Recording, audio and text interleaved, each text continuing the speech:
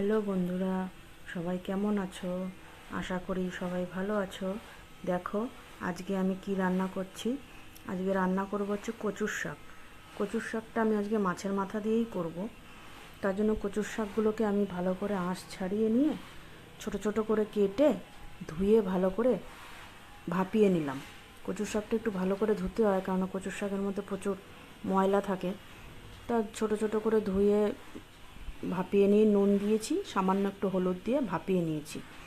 ভাপিয়ে নিয়ে এবার হচ্ছে রান্নার দিকে চলে আসছি।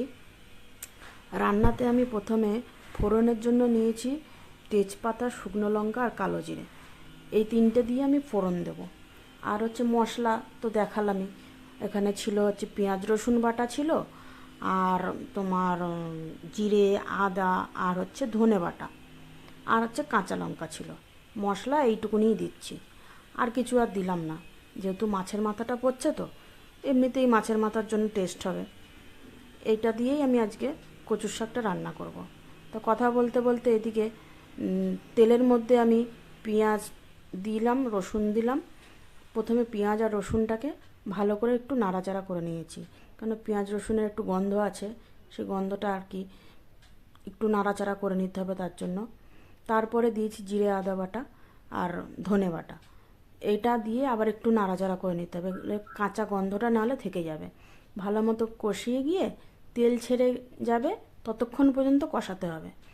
কষিয়ে গেলে তারপরে হচ্ছে ওই মাছের মাথাটা আমি আগের থেকে ভেজে রেখেছিলাম, সেই মাছের মাথাটা টুকরো টুকরো করে ভেঙে আমি ওই মশলার মধ্যে দিয়ে দিয়েছি। এবার মাছের মাথাটা দিয়ে মশলাটা আর কিছুক্ষণ একটু কষিয়ে নেবো, যাতে মাছের মাথাটার মধ্যে মশলাটা ভালো মতো করে, মানে মশলাগুলো মাছের মাথার মধ্যে ভালো মতো ঢুকতে পারে।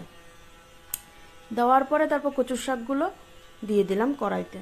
এবার কচুর শাক দিয়ে ভালো করে নাড়াচাড়া করতে হবে, কেননা কচুর শাকের মধ্যে রয়েছে প্রচুর পরিমাণে জল। কচুর শাক থেকে জল বেরোয়। তার জন্য কচুর শাকটা যতক্ষণ পর্যন্ত না শুকোবে, ততক্ষণ পর্যন্ত কচুর শাক কিন্তু ভালো করে রান্না করতে হবে, নাহলে কিন্তু কচুর শাক আবার গলা চুলকবে। কচুর শাক খেতে গেলে অনেকেরই গলা চুলকোয়। তার জন্য কচু শাকটা ভালো করে মানে শুকিয়ে নিতে হবে জলগুলো। আর হচ্ছে খুব যদি কারোর গলা চুলকানোর থাকে, তাহলে কিন্তু তারা একটু লেবুর রস কিংবা ভিনিগারও কিন্তু দিতে পারে, কিন্তু আমি লেবুর রস আর ভিনিগার কোনোটাই আমি দিইনি। এরমভাবে কচু শাকটা একদম শুকনো করে রান্না করে নিতে হবে।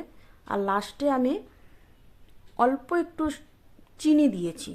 চিনিটা দিলে একটু ঝাল মিষ্টি এগুলো একটু ঠিক মতো ব্যালেন্স থাকে। এই যে আমার কচুর শাকটা রান্না হয়ে গেছে, দেখো।